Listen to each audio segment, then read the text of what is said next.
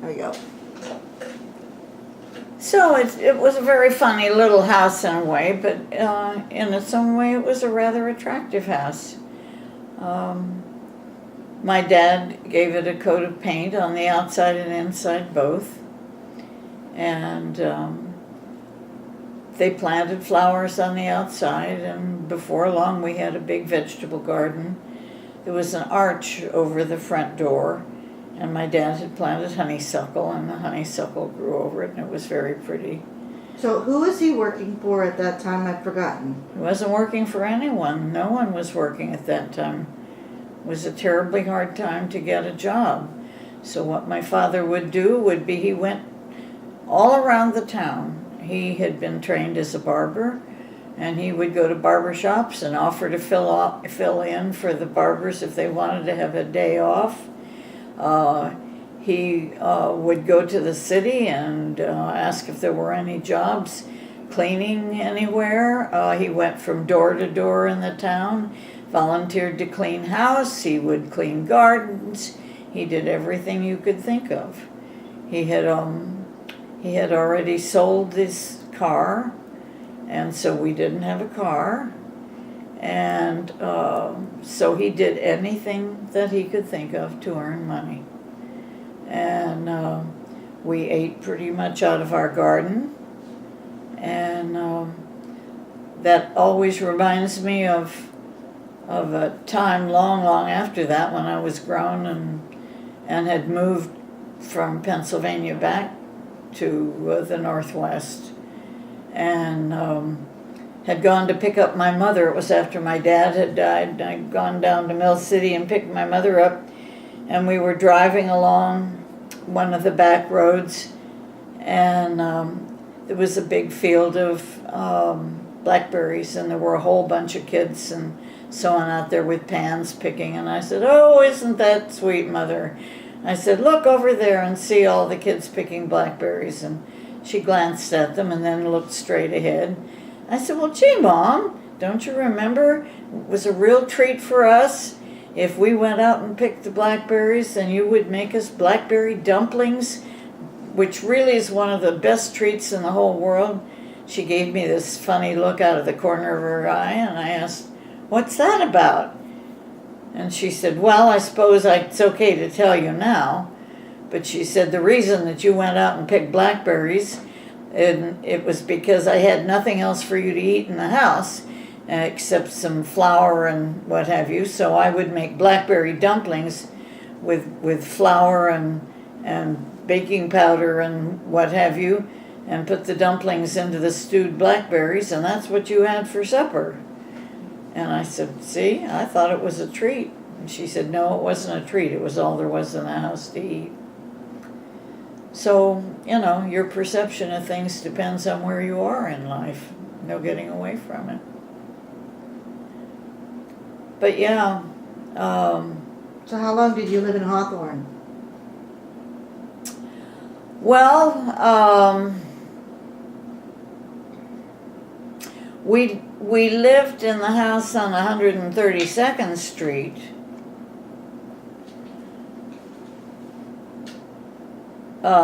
Second World War started when, in 41? We lived there until the late spring of 41 then, because by that time my father had obtained a job working for Douglas Aircraft. And it was a good, steady, substantial job. He was an extremely intelligent man. And so before long, he felt very secure in the job that he had. And as soon as they had managed to save enough money, then they put a down payment on a house. Now, we had been living on 132nd Street, and that was a small wooden house on a big lot. And then when we bought our new house, it was a Spanish-style stucco house on 120th Street on a regular city-sized lot. And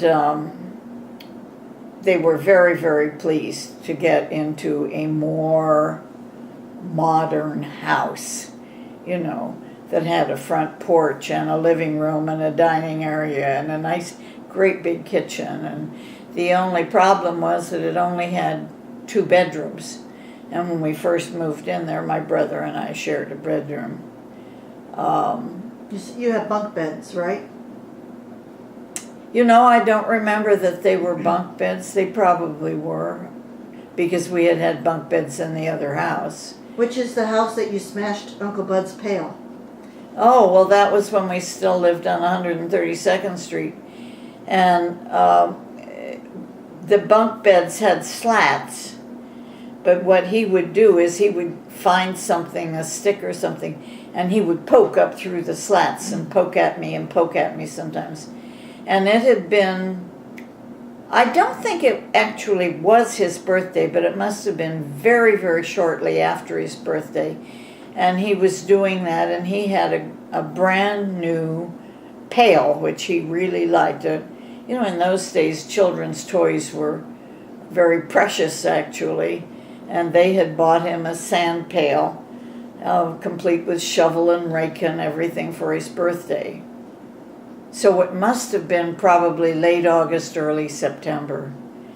Because anyway, he kept poking me, and finally I bounced up and down, and unfortunately the slats came apart, and the mattress went like this, and we fell down on top of him in the lower bunk and bent his pail all out of shape. He never forgave me for that. So for his 50th birthday, when he was living over in Eastern Washington, I went over for his birthday, and I bought him a new pail and filled it with daffodil bulbs. Yeah. But anyhow, it was in the spring when we moved over to 120th Street, and then it was the fall, I gather. Was it December? Yes, it was December when they had the attack on Pearl Harbor. Now, I was in high school, and our next door neighbors were still in the house, our old friends, the Japanese couple and my good friend Masako. Have we talked about them at all? Well, when we lived on 132nd Street, the house next door was a much more contemporary looking house, and it was a good big house. And the house that we were living in was almost like a little tiny farmhouse. But Masako Yokomori was a good friend of mine. She and I were in the same class, and so when it came time for us to graduate from the 8th grade, for example, we were going to be going to high school. And in those days, in the area that we lived in, you wore uniforms to high school. And for the first 3 grades of high school, you wore a dress that was a solid color, and the dress had to have short sleeves, a collar, and it had to have 3 chevrons on the front of the bodice, 3 white chevrons. And the Yokomoris who lived there were actually Masako's brother and his wife, and there for a little while her grandmother. Then I think the grandmother went back to Japan, and Masako's brother was 3rd generation Japanese, and her sister was born in the United States. And her sister came from an extremely well-to-do Japanese family, and she had gone to USC, and so had he. And they met at University of Southern California, and his family owned a chain of fruit and vegetable stands and were modestly well-to-do people. And when she fell in love with him and said, oh, and she was a musician and had been trained quite extensively. And when she and her husband, and I can't think of their names just now, told her family that they wanted to get married, her father said that if she married him, he was going to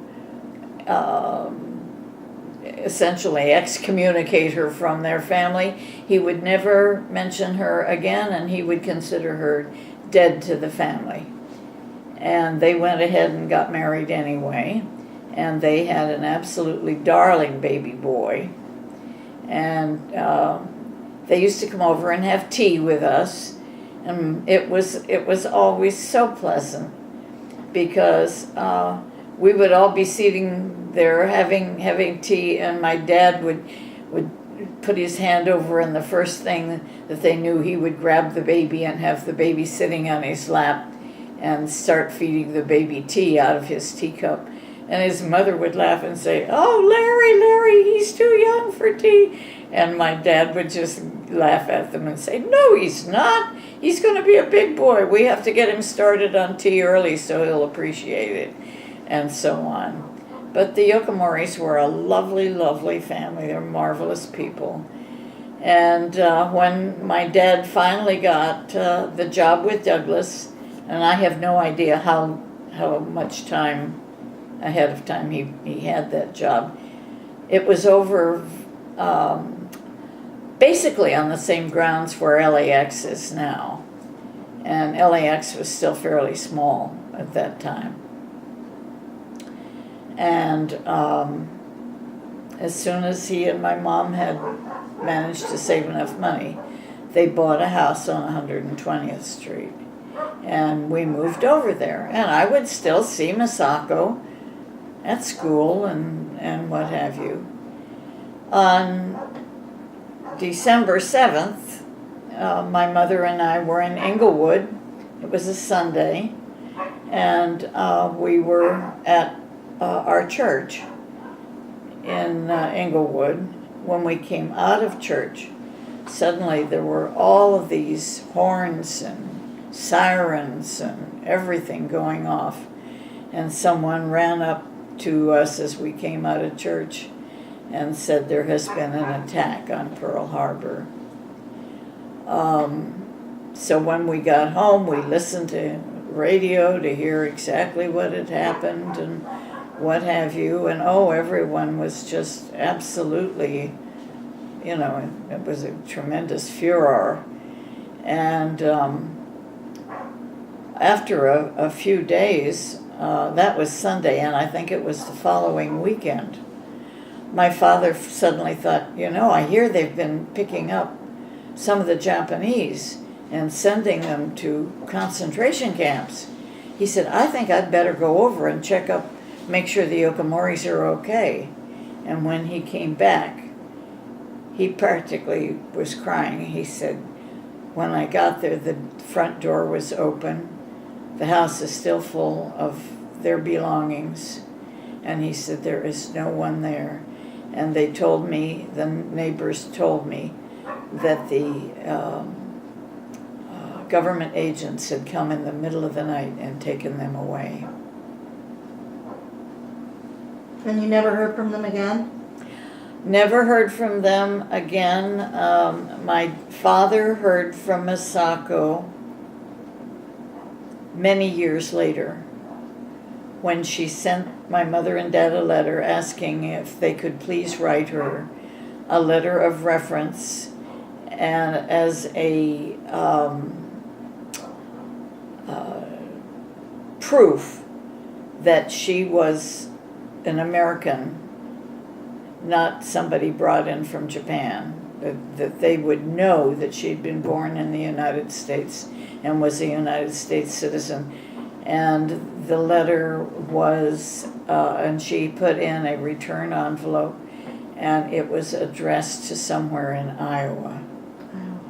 Okay. And as far as we know, they never came back. the string of marvelous string of fruit and vegetable stores and everything the family owned never came back. We have no idea what happened to it all. I've never felt the same way about our government since then. Never. That they would not take the time to see. And it's so funny because I've never trusted the government's attitude toward a great many things since then. My father thought it was absolutely hilarious when one night in the middle of the night, there was all these guns went off, crashing and banging, and everyone thought that it was an attack on the United States. And my mother was trying to shove my brother and me underneath the kitchen table, hoping we'd be safe there, and screaming at my father. And as fast as she put one of us under the table from one side, he would take us out the other side and hold us up to the window and point out to us the fact that there wasn't anything out there. It was our own guns firing up in the air at nothing. And that was true. I still have a newspaper article about what a foolish thing it was. Fear is an amazing thing. It was thousands and thousands of dollars worth of guns, ammunition, whatever. People had partially exploded shells fall through their patio roofs and all sorts of stuff. It was just absolutely sheer stupidity. So what else do you remember from World War II? From World War II, well,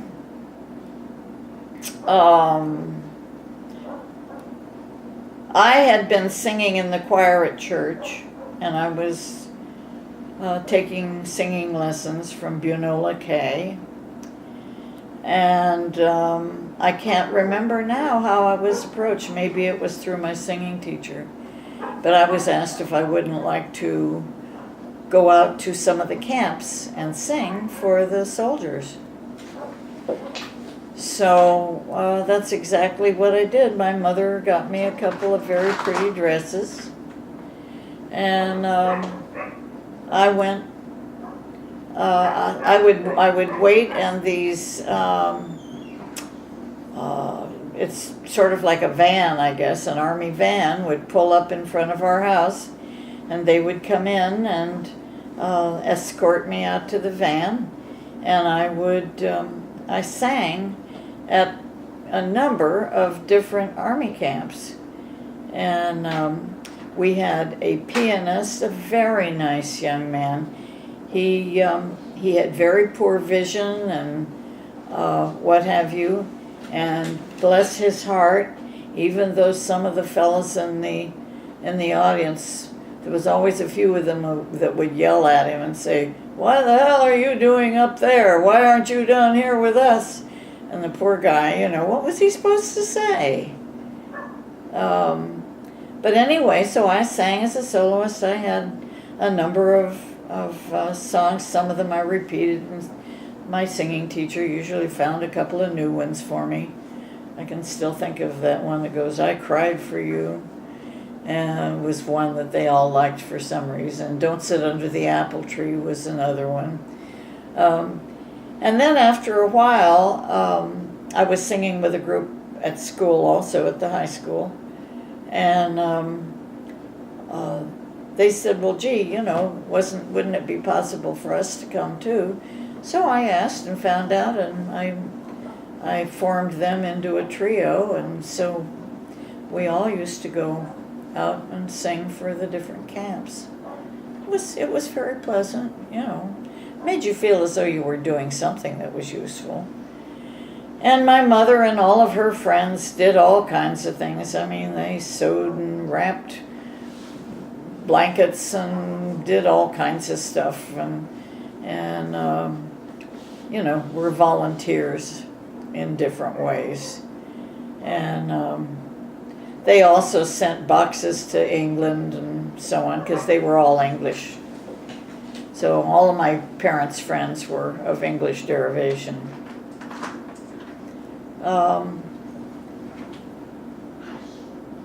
they, since England was being bombed so forcefully and so on, of course the people there lost their homes, lost their clothing, lost everything. So mother and all of her English friends and so on would get together, and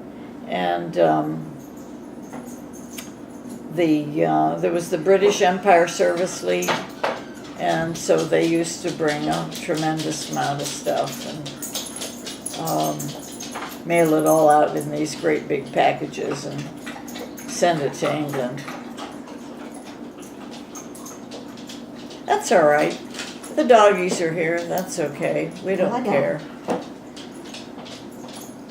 So anyway, that's pretty much what I did while I was in high school as far as the war was concerned. I was too young to do anything else much. And my father and mother were both working for Douglas Aircraft at that time. They left practically at the crack of dawn. And so I was the housekeeper, basically.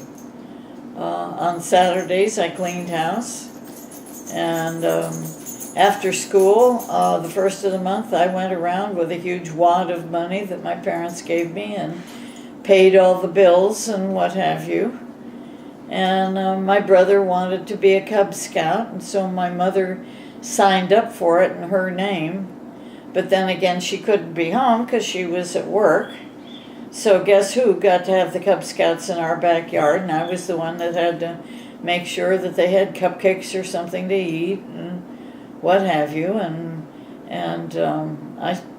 My mother would hand me papers and so on to look. This is what they were supposed to do this week. This is what they were supposed to do next week, and so on, and the Cub Scouts and so on. So looking at it from that point of view and how much of my time I did stuff like that as well as homework and so on, that I was really glad when he was finally old enough to stop doing all that stuff, and he finally got into high school. And then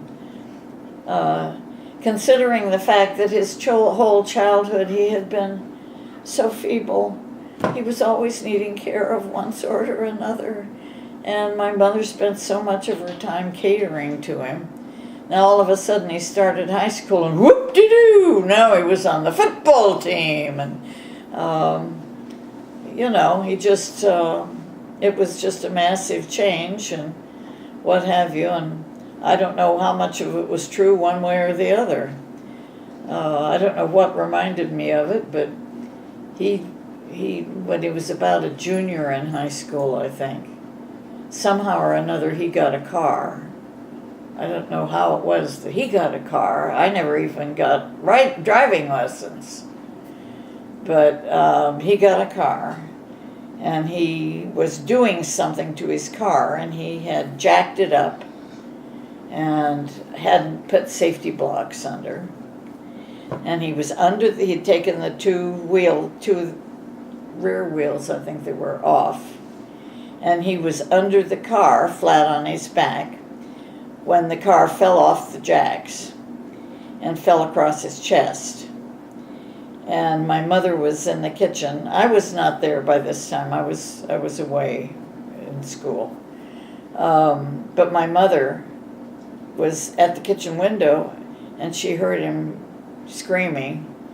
And my mother, who was not much over 5 feet tall, went outside, and he kept yelling, take it off, I can't breathe."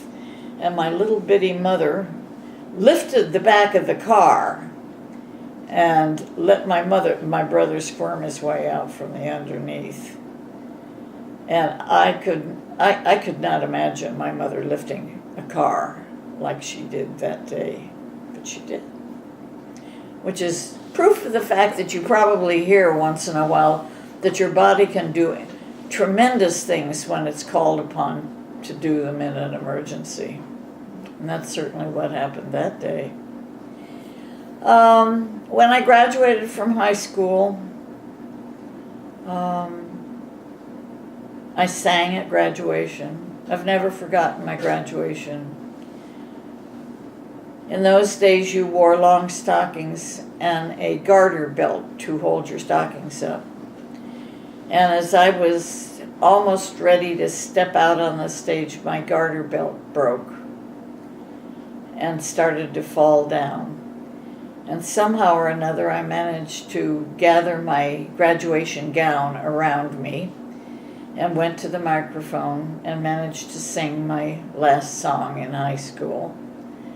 And then managed to back away, smiling, as I got close to the line of graduates, saying to a couple of them, "For God's sake, will you please get around me while I step out of the damn stockings?" Anyhow. And then, of course, I stayed home. I worked part-time. I worked at Woolworths. I did babysitting, etc. And I went to school at Los Angeles City College. Actually, when I graduated from high school, almost the first thing that I did was to take my graduation certificate, my grades, etc., everything to show that I'd had all the sciences and everything. And I went to Good Samaritan Hospital, and I had an appointment with the head of the education division of Good Samaritan.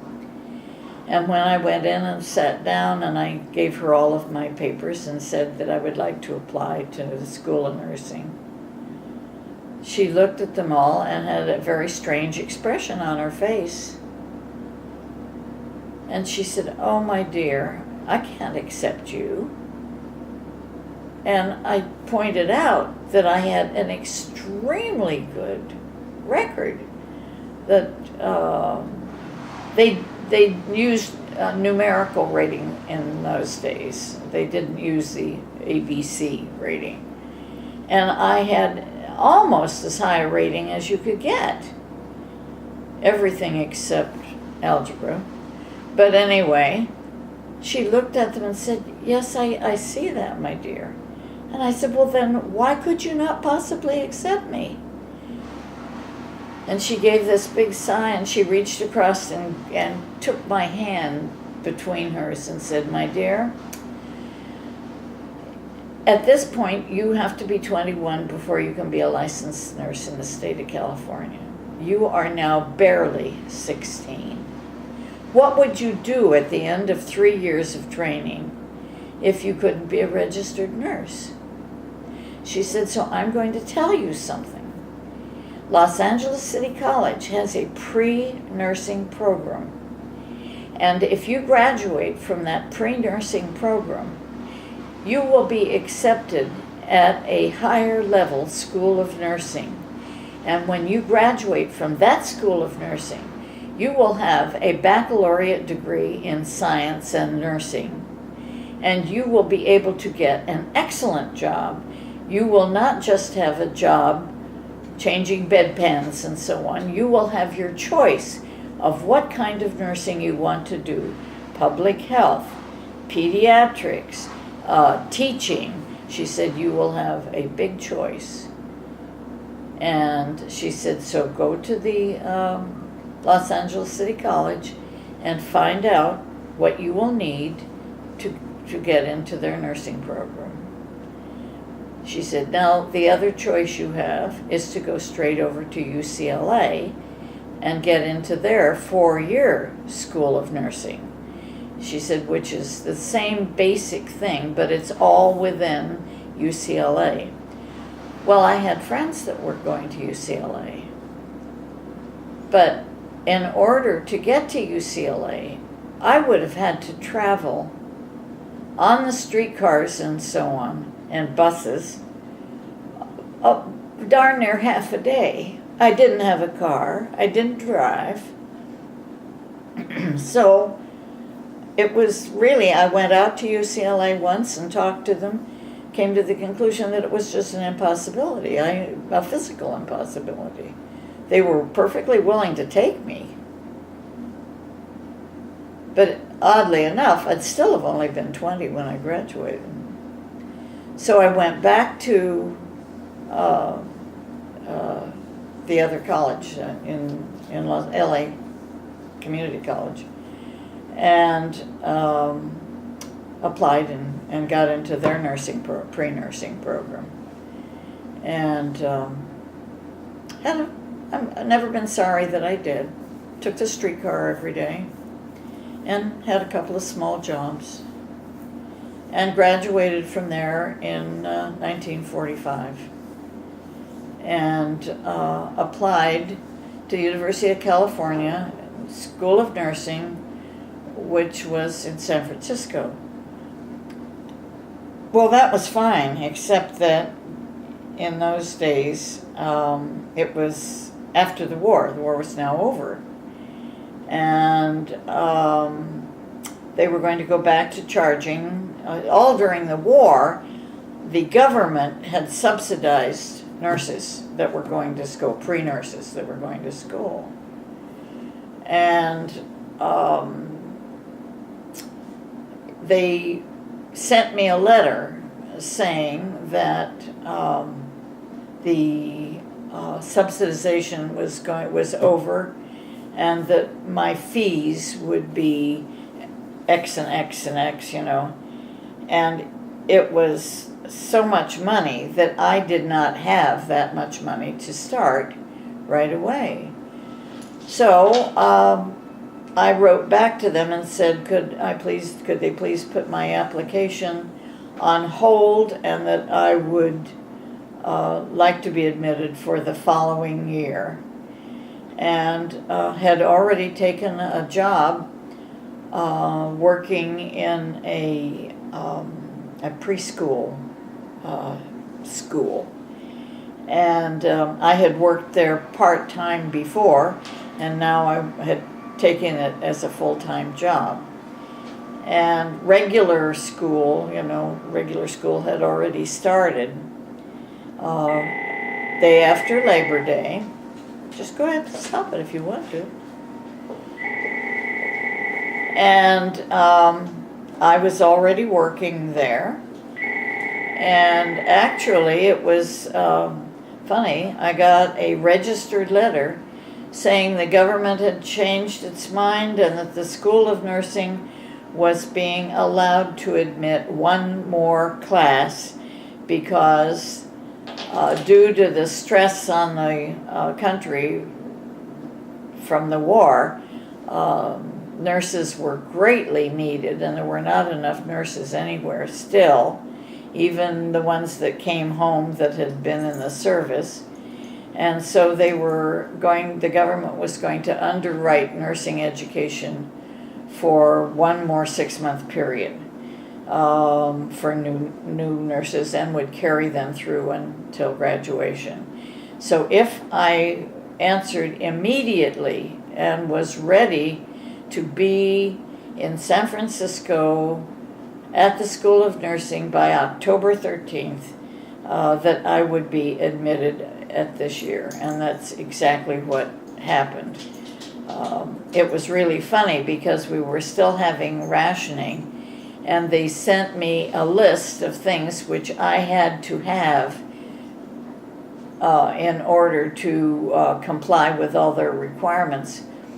I had to have 2 pairs of shoes, a pair of white Oxfords, and the other pair was a pair of brown shoes that could be worn with a different uniform, because those were for the public health. So that was exactly, I had a number of other things that I had to have. One of them was a watch, and this, of course, being right at the end of the war, nobody had been making watches and so on, and I had to have a watch with a sweep second hand. And my father went all over the place looking for watches with a sweep second hand, and couldn't find any ladies' watches. So he brought home the smallest man's watch with a sweep second hand that he could find, and I still have that watch to this day. It's a wind-up watch. They didn't have them with batteries yet, And so I still have that watch. It still winds up. It still keeps very, very good time. And I'm still glad that I have that watch. I still use it from time to time.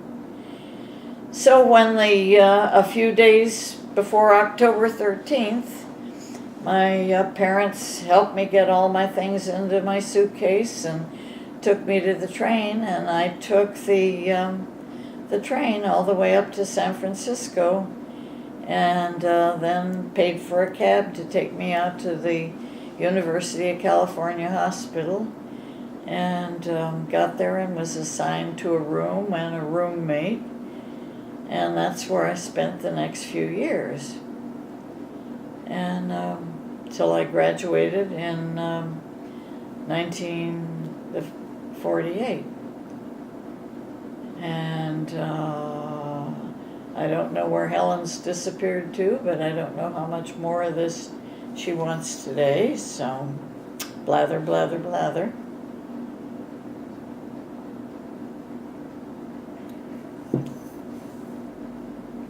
It was an excellent school of nursing, and it was so much more efficient in those days than it is now. I am absolutely appalled at the level of bureaucracy that has taken over our health care in the United States. In UC Hospital in those days, there was a director of nursing, and obviously she needed a couple of secretaries and so on, because there was certainly a lot of paperwork with 3 classes of nurses going through. And other than that, though, underneath the director of nursing, you had the medical supervisor, and she was in charge of all the wards in the hospital that were primarily for medical subjects. And this would mean things like heart trouble and what have you. And then there was a